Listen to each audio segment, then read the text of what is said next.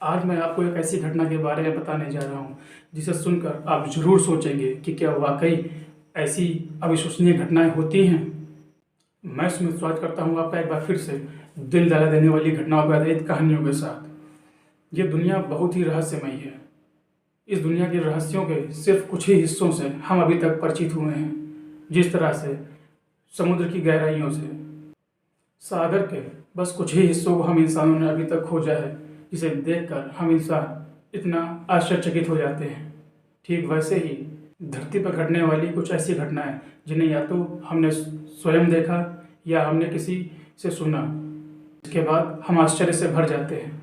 जिस घटना के बारे में आज मैं आपको बताने जा रहा हूँ, यह भी आपको आश्चर्य से भर देगी। एक बार की बात है, एक कस्बे के पास में आम के पेड़ों के बाग थे। उन बागों में एक बाग बहुत ही स्पेशल था। वो कैसे था ये आपको मालूम पड़ेगा वीडियो के अंत में। उस बाग का मालिक उसी पास के कस्बे में रहता था। उस बाग को उस आदमी के पूर्वजों ने लगवाया था और उससे कहा था कि इन पेड़ों की देखभाल करना, इस बाग की रक्षा करना। और वो आदमी अपने बड़ों की आज्ञा का पालन कर रहा था।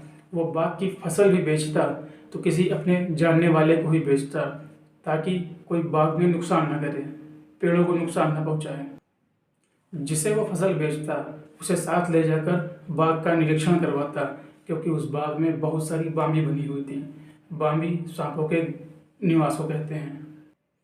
एक बार जिसने फसल खरीदी थी वो रात में टॉर्च लेकर गिरे हुए आमों को ढूंढने के लिए बाग में टहल रहा था। टहलते टहलते अचानक से वो एक जगह रुका और आम उठाने लगा।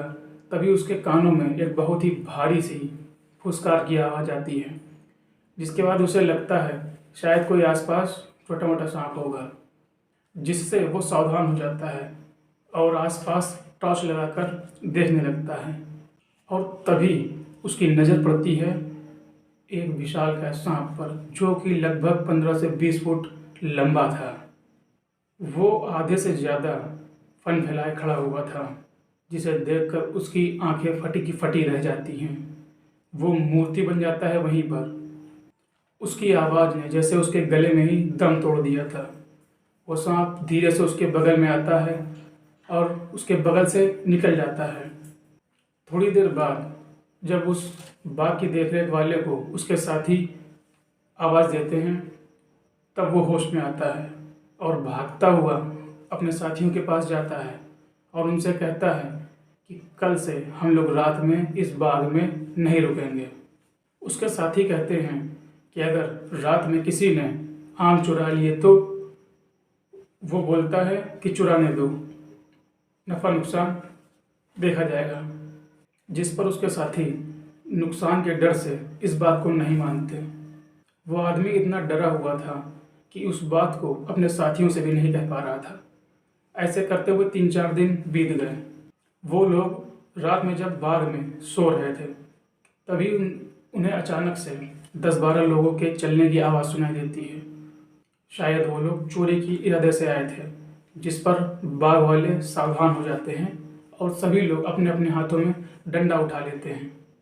वो जो 10-12 लोग वहाँ चोरी करने की नीयत से आए थे, वो लोग धीरे धीरे उनकी तरफ बढ़ ही रहे थे कि तभी अचानक से फिर वो विशालकाय सांप उनके बीच रास्ते में आ जाता है और आधे से ज़्यादा फन फैलाकर खड़ा हो जाता है और उन 10-12 लोगों पर जो चोरी की इरादे से वहाँ पर आए थे उन पर हमला कर देता है।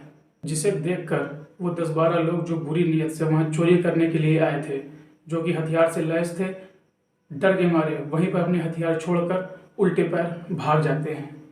जिसके बाद वो जो बाग वाले 4-5 लोग थे उनकी भी हालत ख़राब हो जाती है। वो लोग सुबह इस बात को उस बाग के मालिक को बताते हैं। वह भी काफ़ी आश्चर्य से चकित हो जाता है, लेकिन वो बाग का मालिक उनसे इस बात को किसी से ना कहने की बात कहता है और रात में बाग में रुकने पर सावधान रहने की बात भी कहता है। उसके बाद उन बाग वालों ने उस सांप को कई बार देखा, लेकिन वो सांप उनके पास भी ना जाता। वो सिर्फ बाग में घूमता रहता और कोई अगर उस बाग में बुरी नीयत से आता तो वो सिर्फ उन पर ही दौड़कर हमला करता। वो बाग वाले जब इस बात को समझे तब उन लोगों ने उसके लिए वहाँ पर दूध वगैरह रखना शुरू कर दिया और उसके प्रति उनके मन में जो डर था वो भी खत्म हुआ, बल्कि उसके प्रति उनके मन में श्रद्धा भाव बढ़ गई।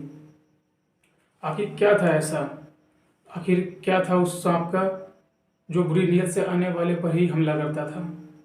क्या आज भी वो सांप उस बाग में रहता है?